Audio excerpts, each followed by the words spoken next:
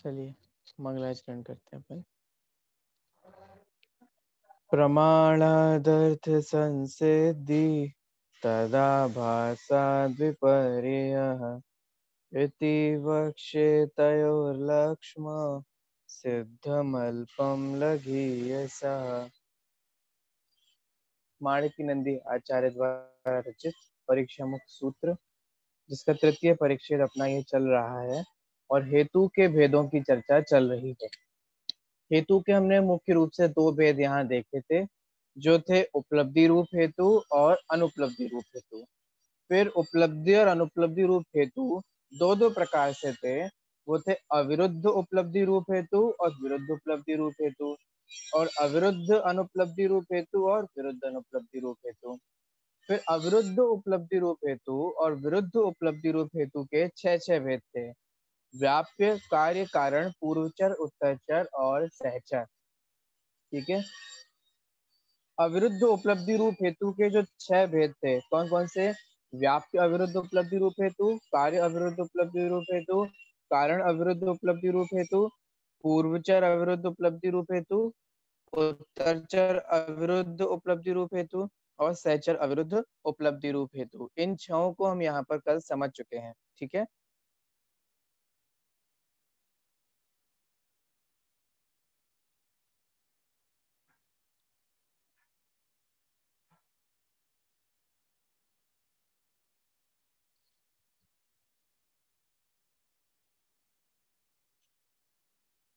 जिसमें से अब हम इनके एग्जाम्पल्स देख लेते हैं। व्याप्य अविरुद्ध उपलब्धि रूप हेतु, जैसे कि हमने देखा था कि यहाँ पर पूरी प्रक्रिया 5 अवयव घटाए थे। जैसे कोई ये कहे कि शब्द परिणामी है, तो ये प्रतिज्ञा हो गई। हेतु दे कि क्योंकि वह कृतक है, माने किया जाता है, इसलिए शब्द कैसा है? परिणामी है। तो जो जो कृतक होता है वो परिणामी देखा जाता है, जैसे कि घड़ा। और जो जो परिणामी नहीं होता वो कृतक भी नहीं होता, जैसे बंध्या स्त्री का पुत्र। चूंकि शब्द कृतक है, इसलिए वो कैसे हैं? परिणामी है। फिर हमने कार्य अविरुद्ध उपलब्धि रूप हेतु का दृष्टांत देखा था कि कार्य के माध्यम से, जैसे किसी शरीरधारी को देख करके ये लगाना कि इसमें बुद्धिशाली है, ये बुद्धिमान व्यक्ति है। क्यों? क्योंकि इसके बुद्धि के कार्य वचन आदि पाए जाते हैं। ठीक है। फिर तीसरा, कारण अविरुद्ध उपलब्धि रूप हेतु का दृष्टांत दिया था कि यहाँ पर छाया है। क्यों? क्योंकि छत्र है।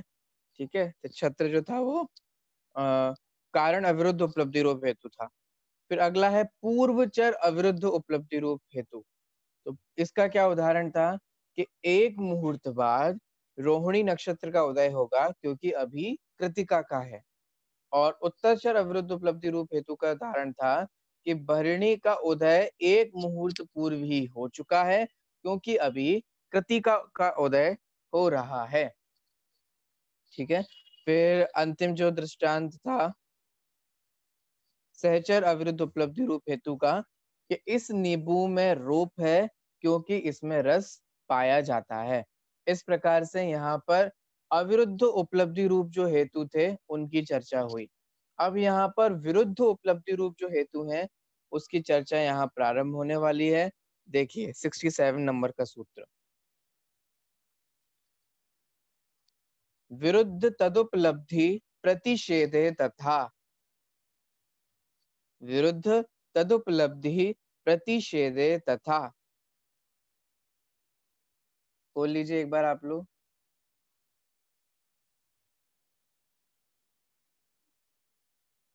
बोल पा रहे हैं आप लोग? देखिए इस सूत्र में ये कहा जा रहा है कि वो तो विधि साधक था। ठीक है। अविरुद्ध कैसा था? विधि साधक। और विरुद्ध कैसा है? निषेध साधक। तो यहाँ कह रहे हैं कि प्रतिषेध अथवा निषेध, उसी प्रकार यहाँ पर जो ये प्रतिषेध साधक, उसी प्रकार प्रतिषेध करने वाले विरुद्ध उपलब्धि के भी कितने भेद हैं? 6 भेद हैं। ठीक है। जिस प्रकार से अविरुद्ध उपलब्धि रूप हेतु के 6 भेद थे, और अविरुद्ध में क्या समझाया जाता है? सद्भाव को। उसी प्रकार से विरुद्ध उपलब्धि रूप हेतु के और विरुद्ध उपलब्धि में क्या समझाया जाता है? अभाव को साधने वाला होता है। तो इसके भी कितने भेद हैं? वही 6 भेद हैं, व्याप्य, कार्य, कारण, पूर्वचर, उत्तरचर और सहचर।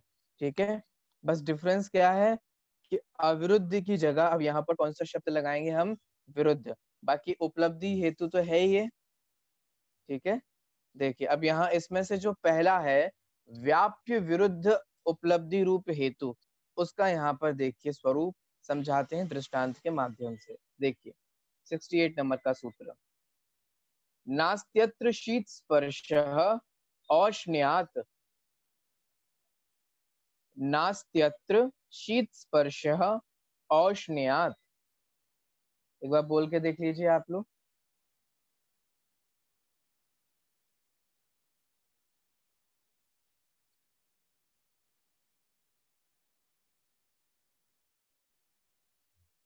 बोलने में आ रहा है?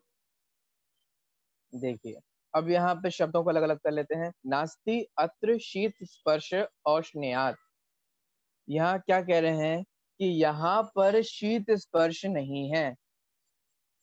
क्यों? क्योंकि उष्णता है। देखो अभाव को सिद्ध कर रहा है। ठीक है, वो अविरुद्ध वाला सद्भाव को सिद्ध करते थे और ये अभाव को सिद्ध करते हैं। जैसे यहाँ पर शीत स्पर्श नहीं है, हेतु दीजिए, क्योंकि उष्णता है।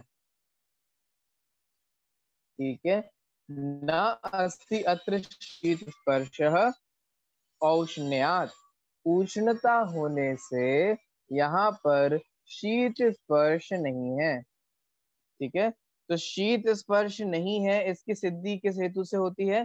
उष्णता हेतु से होती है। समझ में आया आप सभी लोगों को? इजी है। किसी ने कहा कि वहां ठंडा है क्या? नहीं नहीं, यहाँ ठंडा नहीं है। क्यों? क्योंकि गर्मी है। ठीक है, जमीन ठंडी नहीं है क्योंकि गर्मी है। अभी एक आदमी यहाँ बैठ करके जा चुका है, तो जैसे कोई आदमी बैठ के जाता है जिस जगह से, तो वहां गर्मी हो जाती है ना। ठीक है, तो यहाँ कह रहे हैं भैया यहाँ शीत स्पर्श नहीं है क्योंकि क्या है? उष्णता है। शीत स्पर्श का निषेध किया जा रहा है। ठीक है, और उसके विरोधी जो अग्नि है, उसमें उसके व्याप पे जो उष्णता है उसकी प्राप्ति यहाँ पर होती है। ठीक है, क्योंकि उष्णता है तो वो कैसे होगी? शीत स्पर्श नहीं है तो वहां पर उष्णता है। चलिए अब हम आगे अगले सूत्र की ओर बढ़ते हैं। 69 नंबर का सूत्र जो हमें बताता है कार्य विरुद्ध उपलब्धि रूप हेतु। ठीक है, जैसे नास्त्यत्र शीत स्पर्शो धूमात्, नास्त्यत्र शीत स्पर्शो धूमात्। बोलिए एक बार।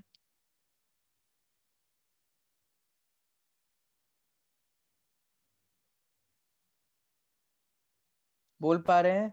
पिछले में तो उष्ण स्पर्श था। ठीक है, यहाँ शीत स्पर्श नहीं है क्योंकि उष्णता है। अब यहाँ कह रहे हैं कि यहाँ पर शीत स्पर्श नहीं है क्योंकि धुआं है। तो धुआं है इसका मतलब यत्र यत्र धूमा तत्र तत्र अग्नि। ठीक है, जहां जहां धुआं होता है वहां वहां अग्नि होती है। तो हमने यहाँ कह दिया कि यहाँ पर शीत स्पर्श नहीं है क्योंकि यहाँ पर क्या है? धुआं है। अब धुआं क्या है? तो अग्नि है। अग्नि है तो क्या होगा? उष्णता होगी। ठीक है, तो यहाँ पर कार्य बता दिया क्योंकि अग्नि का कार्य क्या है? धुआं। ये तो हम पहले भी समझ चुके हैं, अग्नि कारण है और धुआं उसका कार्य है। तो यहाँ पर हमने कार्य विरुद्ध उपलब्धि रूप हेतु में जो अग्नि का कार्य है वो हेतु बनाया हमने, वो क्या था? धुआं। यहाँ शीत स्पर्श नहीं है क्योंकि यहाँ पर क्या है? धुआं है। ठीक है, समझ में आ रहा है? इजी है। देखो यहाँ शीत शीत स्पर्श नहीं है क्योंकि उष्णता है। तो ये तो किस में आ गया? व्याप्य में। क्यों? क्योंकि अग्नि में उष्णता व्याप्ति है। ठीक है, तो ये व्याप्य अविरुद्ध उपलब्धि रूप हेतु हो गया। अब यहाँ हमने कहा कि यहाँ शीत स्पर्श नहीं है। क्यों? क्योंकि यहाँ धुआं है। तो धुआं है तो धुआं किसका कार्य है? अग्नि का कार्य है। तो यहाँ कार्य के कार्य आया ना, तो इसलिए यहाँ क्या होगा? और अभाव सिद्ध कर रहे हैं, शीत स्पर्श नहीं है, तो विरुद्ध हो गया। ठीक है। और यहाँ कार्य के माध्यम से बता रहे हैं, तो कार्य विरुद्ध उपलब्धि रूप हेतु यहाँ पर होता है। ठीक है, समझ में आया? इजी है, इतना कठिन नहीं है। ठीक है, देखिए आगे बढ़ते हैं। अगला कौन सा है, नाम बताइए, नाम याद हुए कि नहीं हुए? अगला कौन सा होगा? यहाँ कार्य हो गया, तो अब कौन सा होगा? कारण विरुद्ध उपलब्धि रूप हेतु। उसका स्वरूप यहाँ पर 70 नंबर सूत्र में बताते हैं। देखिए मैं सूत्र बोलता हूँ। नास्मिन् शरीरणी सुखम अस्ति हृदय शल्यात्। नास्मिन् शरीरणी सुखमस्ति हृदय शल्यात्। बोलिए एक बार।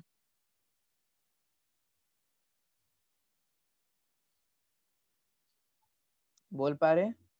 देखिए सरल है, सूत्र भी सरल है। न अस्मिन् शरीराणि शरीरणी सुखम अस्ति। आपके में शरीरणी लिखा है कि शरीराणी है? शरीरणी पहला वाला। देखिए, न अस्मिन् न अस्मिन् शरीरणी सुखम अस्ति हृदय शल्ययात्।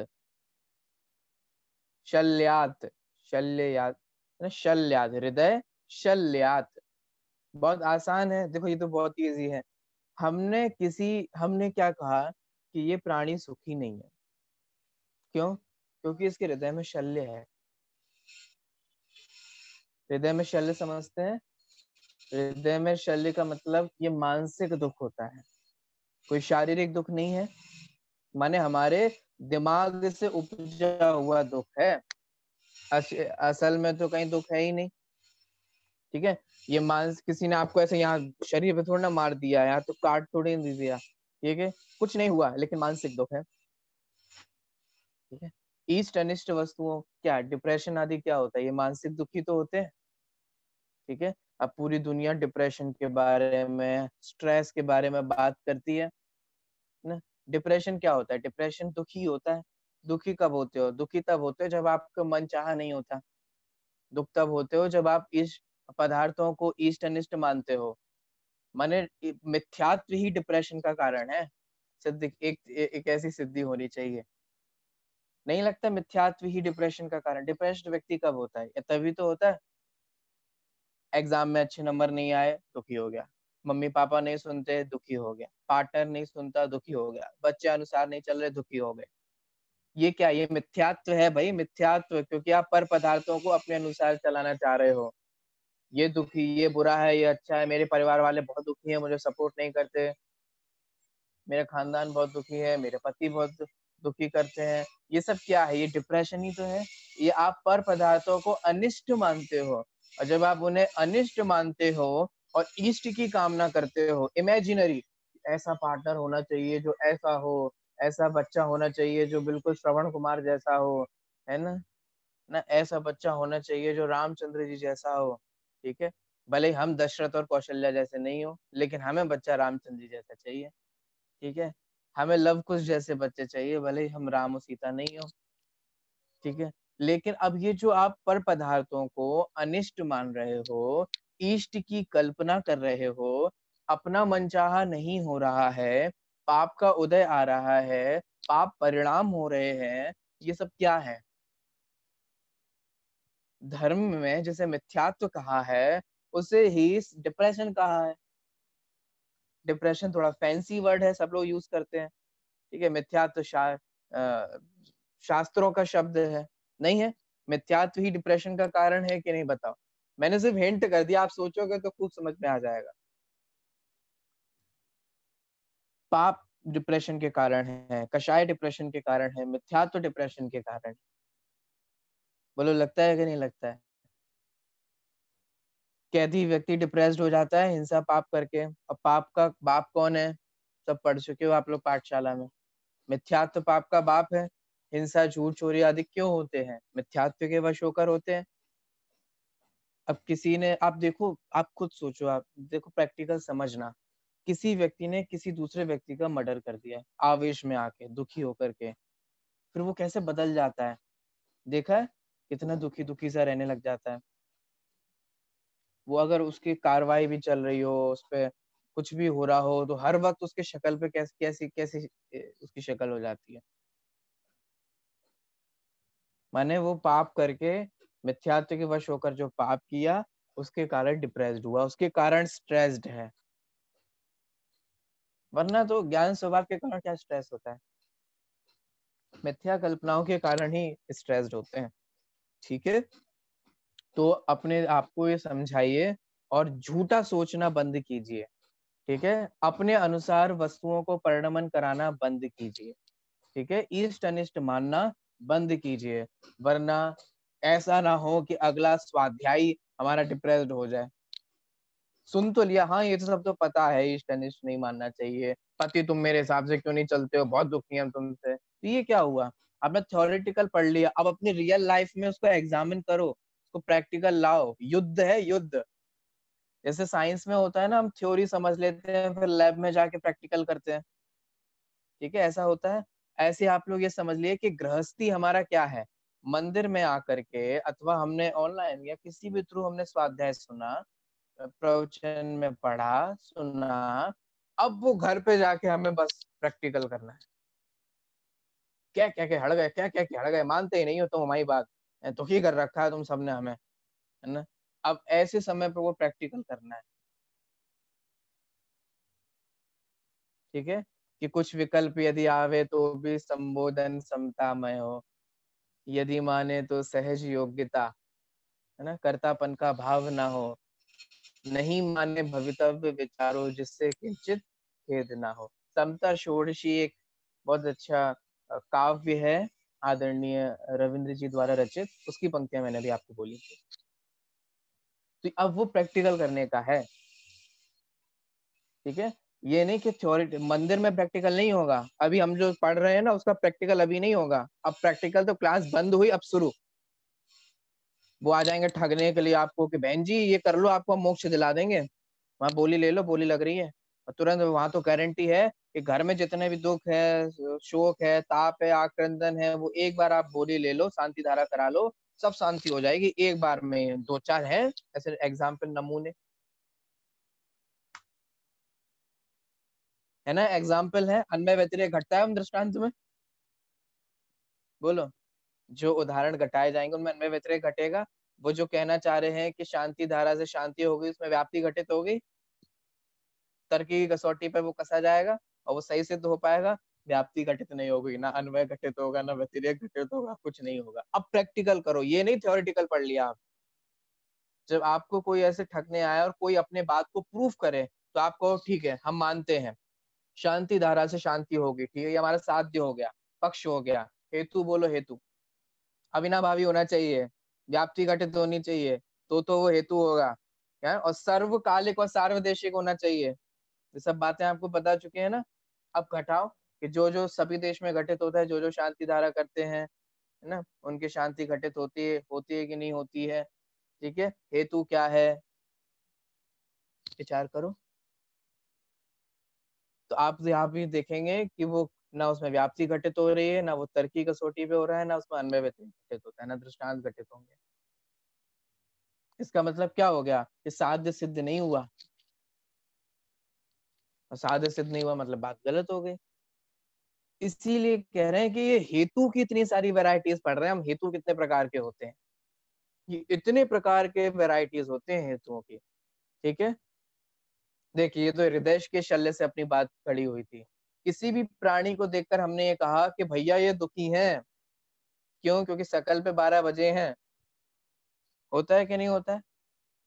विशेषकर जिसको जिससे प्रीति होती है वो तुरंत पहचान जाता है। माँ अपने बच्चों को देखकर तुरंत पहचान जाती है कि जरूर कुछ हो गया है। ठीक है, होता भी है ना। पत्नी का फूला हुआ मुंह देख करके पति तुरंत पहचान लेता है कि जरूर आज कुछ बात हुई है। वो अनुमान ज्ञान करता है ना, हेतु का प्रयोग करते हुए, व्याप्ति घटा करके जैसे तैसे, फिर वो अनुमान का प्रयोग करता है। ठीक है, देखो अब यहाँ हम क्या कह रहे हैं कि किसी भी प्राणी में ना अस्मिन शरीरणी सुखम अस्ति, इस शरीरधारी प्राणी में सुख नहीं है। क्यों नहीं है?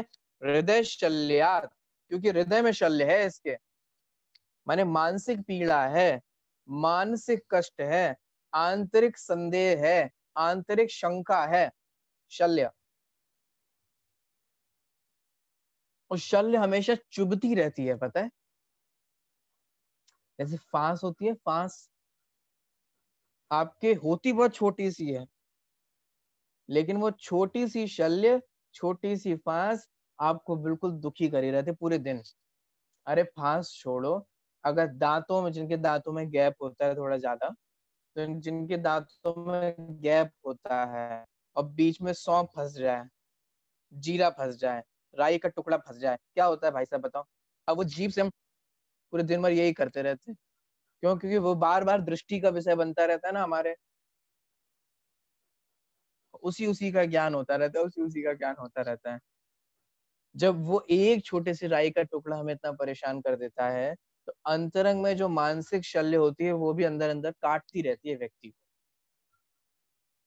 इसीलिए तत्व ज्ञान की शरण लेना बहुत जरूरी है, क्योंकि ये सारी शंकाएं इत्यादि उत्पन्न, जैसे मेरा भविष्य में क्या होगा, मेरे क्या होगा क्या नहीं होगा, तो ये मतलब जो भी हो, ये इसका क्या होगा, उसका क्या होगा, मेरा क्या होगा, आप इन सभी प्रश्नों के उत्तर को शास्त्र में ढूंढिए। क्या होगा क्या नहीं होगा, उदय अनुसार होगा तो फिर चिंता किस बात की है ना। पापोदय में चिंता मत करो, पुण्योदय में चिंता मत करो। क्यों? दोनों में ही चिंता करना बेकार है। अगर पाप का उदय है तो चिंता करने से उदय बढ़ेगा ही, संक्रमण उदीर्णा आदि होंगे। और यदि पुण्य का उदय है तो चिंता की क्या जरूरत है, पुण्य का उदय है ही तो अपने आप ही होगा कार्य। ठीक है, चिंता करने से ना आपके पाप का उदय टल जाएगा, ना चिंता करने से पुण्य का उदय आ जाएगा, व्यर्थ ही है। हाँ, लेकिन चिंता करने से पाप का बंध जरूर हो जाएगा, जो भविष्य में आप फिर से उदय की तैयारी कर लो, ये जरूर हो जाएगा। होगा कि नहीं होगा? दुख शोक ताप आक्रंदन वध परिदेवनान आत्म परोभय, ये सब किसके कारण है? असाता वेदनी के कारण है। दुखी होना भविष्य में दुखी होने का कारण है, परंपरा से। क्योंकि आप दुखी होंगे, दुख से कर्म का बंध होगा, और जब दुखी होंगे, शोक होंगे, तापमान होंगे, तो किसका? असाता वेदनी का ही बंद होता है। और असाता वेदनी को में पुनः अनिष्ट संयोगों की प्राप्ति होगी, पुनः दुखी होते रहोगे, ये प्रक्रिया ऐसी बढ़ती रहेगी। ठीक है, इसलिए व्यग्र ना हो, क्षुब्ध ना हो, चिदानंद रस सहज पियो। ठीक है, ना व्यग्र होने की जरूरत है, ना क्षुब्ध होने की। व्यग्र कौन होता है? चीखता चिल्लाता जो है ना, तो ऐसे व्यग्र होने की भी जरूरत नहीं है। पूरे आस पड़ोस को पता चल जाए कि हाँ भाई आज मटेरियल मिल गया है ना, आज आज आराम से पॉपकॉर्न लेके आ जाओ भाई, पति पत्नी शुरू हो गए हैं, है ना। तो ऐसे भी व्यग्र होने की भी जरूरत नहीं है, और क्षुब्ध होने की भी जरूरत नहीं है। जो आसपास के लोग बोले का जीजी कहा होगा वो, सकल पे 12 बजे, तो ऐसे भी क्षुब्ध होने की भी जरूरत नहीं है। ठीक है, ना व्यग्र होइए ना क्षुब्ध होइए। ठीक है, तत्व ज्ञान की शरण लीजिए और सुखी रहिए। हृदय में कोई शल्य नहीं रखना चाहिए कभी भी, किसी के भी प्रति। आप किसी से भी हो तो क्लियर कर लीजिए, लेकिन अंतरंग में शल्य मत रखिए। ठीक है, क्यों? अब देखो, ये अब हम वापस आते हैं। हमने किसी भी हमने किसी व्यक्ति को देखकर ये कहा कि भैया इस प्राणी में सुख नहीं है, क्योंकि इसके हृदय में क्या है? शल्य है। तो शल्य क्या है? शल्य होता है कारण। ठीक है, किसका? दुख का। दुख रूपी कार्य का शल्य क्या होती है? कारण होती है। क्योंकि शल्य होती है तो व्यक्ति दुखी होता है। ठीक है, और इसमें हम अभाव सिद्ध कर रहे हैं, माने सुख नहीं है सिद्ध कर रहे हैं, तो कारण विरुद्ध उपलब्धि रूप हेतु हो गया। ठीक है, समझ में आ रहा है? इस प्रकार से यहाँ पर हमने ये तीसरा समझा। अब हम समझेंगे चौथा हेतु। कौन सा है? पूर्वचर विरुद्ध उपलब्धि हेतु। ठीक है, देखिए 71 नंबर का प्रश्न, सूत्र। गुणस्थान विवेचन पढ़ाते पढ़ाते प्रश्न याद आते हैं, उसमें प्रश्न है ना 1 2 3, वो प्रश्नोत्तर वाले भाग में तो बार बार प्रश्न आ जाते हैं। चलिए, ये होता है अभ्यास, बार बार अभ्यास का फल। ऐसा अभ्यास हो जाता है, फिर वो वही निकलता है। ठीक है, अब उसको दूर करना है तो बुद्धि पूर्वक मेहनत करनी पड़ती है। बस ऐसे ही मिथ्यात्व के साथ है। मिथ्यात्व का भी अनादि से अभ्यास है, तो बार बार मिथ्यात्व जन्य विकल्प आते हैं। ईस्ट अनिष्ट मानना, अच्छा बुरा मानना, राग द्वेष करना, लेकिन वो बुद्धि पूर्वक अपने आप को सुधारना पड़ता है, लाइन पे लाना पड़ता है, ट्रैक पे लाना पड़ता है। ठीक है, वो वही पुरुषार्थ है। देखिए 71 नंबर का सूत्र, नोदेष्यति मुहूर्तान्ते शकटम रेवित्युदयात्, नोदेष्यति मुहूर्तान्ते शकटम रेवत्युदयात्।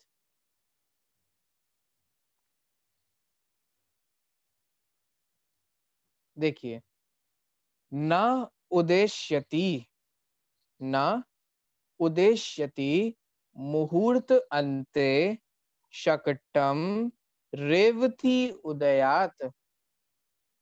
ठीक है, न उदेष्यति मुहूर्त अन्ते शकटम रेवती उदयात्। किसका हेतु है, क्या बता रहे हैं? पूर्वचर विरुद्ध उपलब्धि हेतु को बता रहे हैं। एक मुहूर्त के पश्चात रोहिणी का उदय नहीं होगा। क्यों नहीं होगा? क्योंकि अभी रेवती नक्षत्र का उदय हो रहा है। ठीक है, हम आपसे कह रहे हैं कि कल शनिवार नहीं आएगा। क्यों नहीं आएगा? आपके घर की खेती है, आपके हिसाब से चलेगा, आपके नहीं नहीं, ऐसा कुछ नहीं है। कल शनिवार नहीं आएगा। क्यों नहीं आएगा? क्योंकि आज बुधवार है। आज वैसे भी बुधवार है, वेडनेसडे है। तो कल शनिवार नहीं आएगा क्योंकि आज बुधवार है।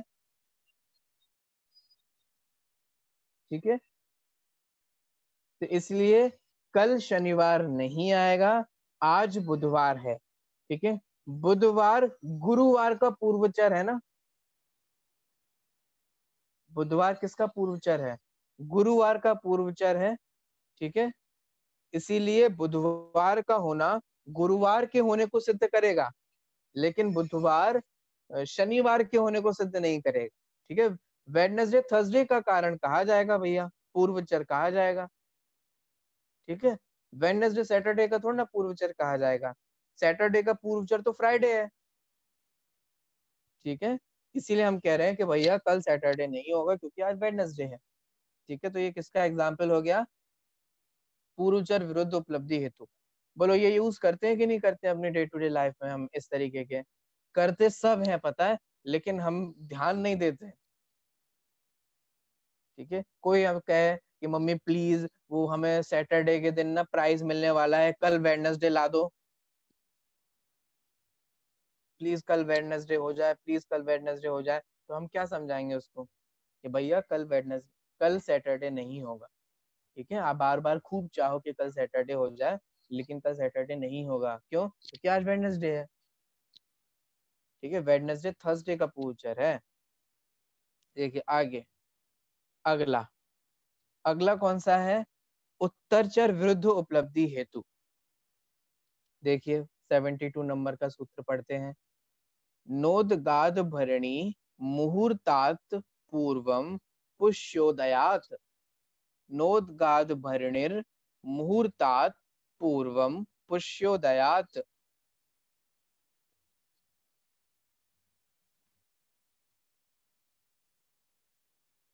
ठीक है, देखिए क्या है अर्थ है इसका? न उद्गात भरणी मुहूर्तात, मुहूर्तात पूर्वम पुष्योदयात, पुष्य उदयात। ठीक है, देखिए एक मुहूर्त पहले भरणी नक्षत्र का उदय नहीं हुआ। क्यों?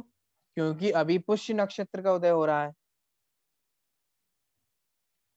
जैसे अभी हम इस पे अभी डेज पे घटाएं तो कैसे घटाएंगे कि भैया एक दिन पहले शुक्रवार नहीं था।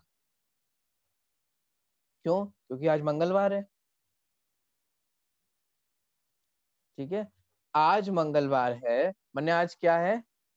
ट्यूसडे है। तो ये ट्यूसडे क्या हो गया? उत्तरचर हो गया। और एक दिन पहले शुक्रवार नहीं था। ठीक है, तो शुक्रवार का उत्तरचर क्या होता है? शनिवार। समझ में आ गया?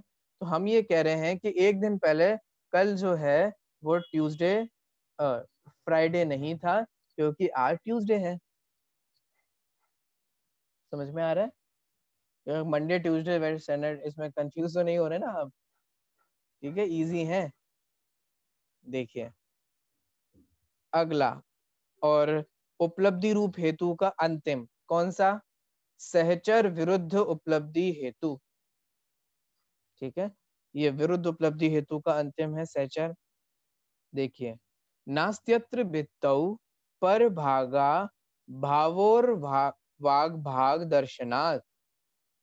नास्त्यत्र भित्तौ पर भागा भावोर वाग भाग दर्शनात्। बोल के देख लीजिए एक बार।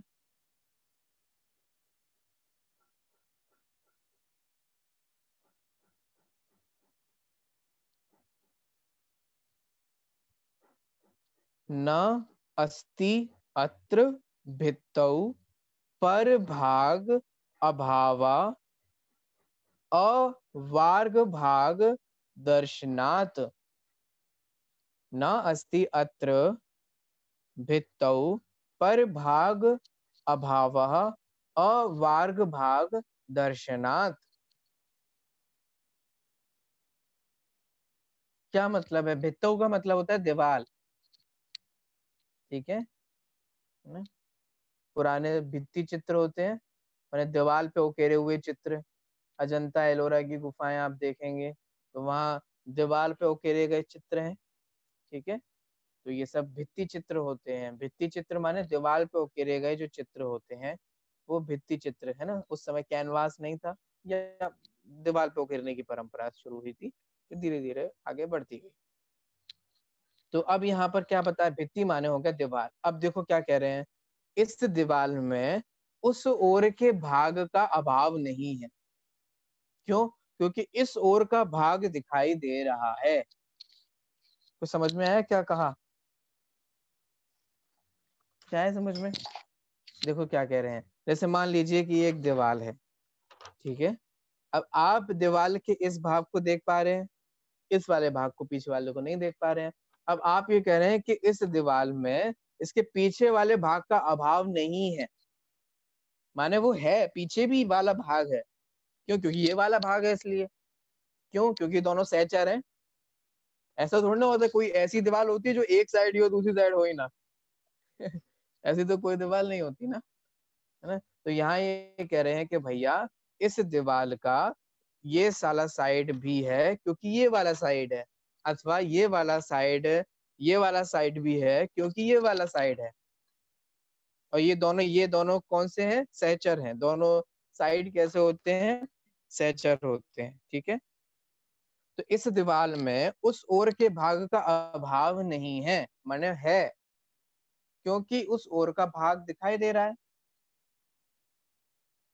ये इस ओर का हमें भाग दिखाई देता है, तो हम उससे कहते हैं कि उस ओर वाले दीवार के भाग का अभाव नहीं है। समझ में आया?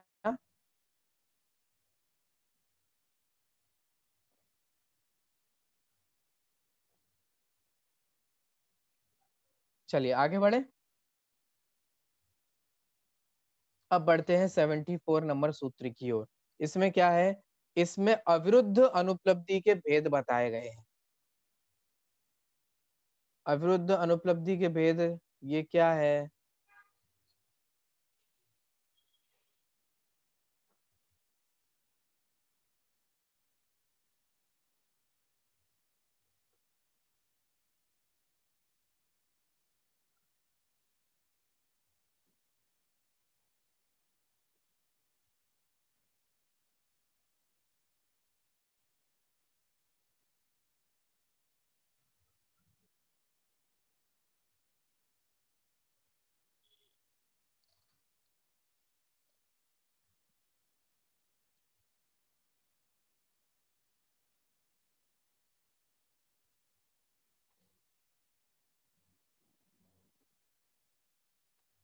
देखिए, हेतु वाला चार्ट याद है ना आप लोगों को?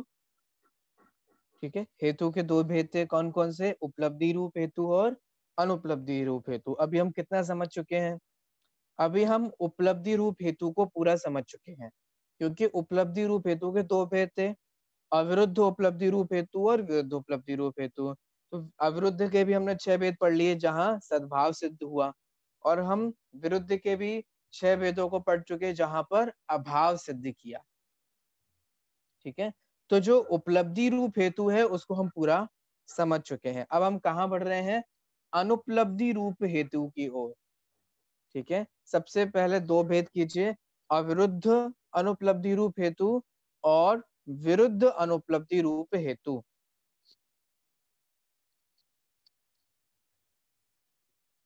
अविरुद्ध उपलब्धि रूप जो हेतु है वो निषेध साधक है। उल्टा है, यहाँ पे ध्यान देना। वहां पर अविरुद्ध उपलब्धि कैसा था, विधि साधक, और यहाँ अविरुद्ध उपलब्धि कैसा है, निषेध साधक। उल्टा समझ में आ रहा है क्या कह रहा हूं मैं? ठीक है, उपलब्धि में अविरुद्ध वाला पार्ट जो था वो विधि साधक था, और अनुपलब्धि में अविरुद्ध वाला पार्ट कैसा हो गया, निषेध साधक है। ठीक है, और विरुद्ध उपलब्धि वाला पार्ट जो है वो कैसा है, विधि साधक है। निषेध साधक और विधि साधक का मतलब तब समझ में आ गया आप लोगों को? निषेध साधक मतलब जो अभाव को सिद्ध करने वाला है, और विधि साधक मतलब जो सद्भाव को सिद्ध करने वाला है। ठीक है, देखिए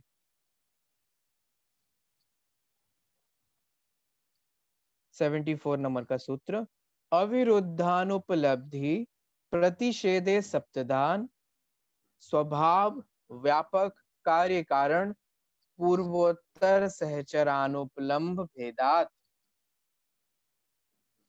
बोलिए एक बार आप सभी लोग।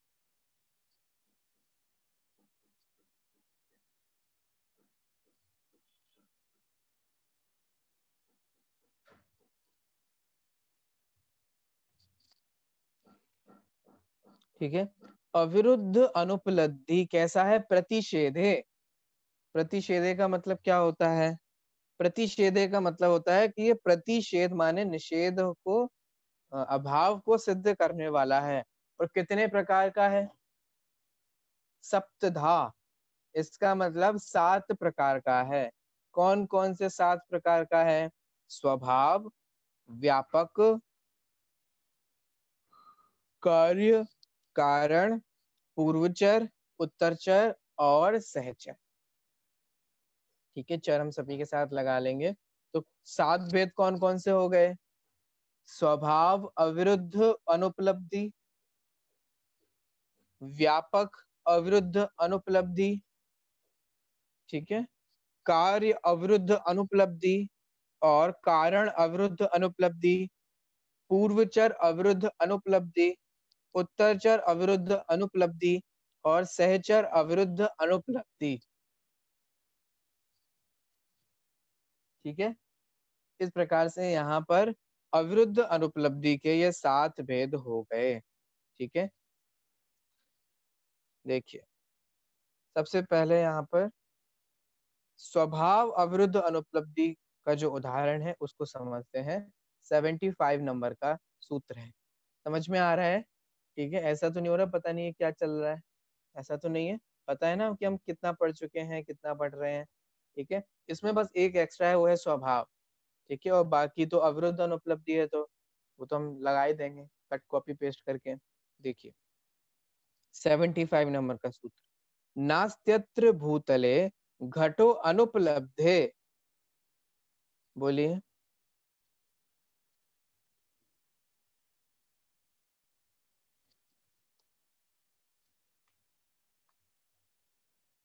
ये निषेध को सिद्ध करने वाला है। ठीक है, ये निषेध को सिद्ध करता है।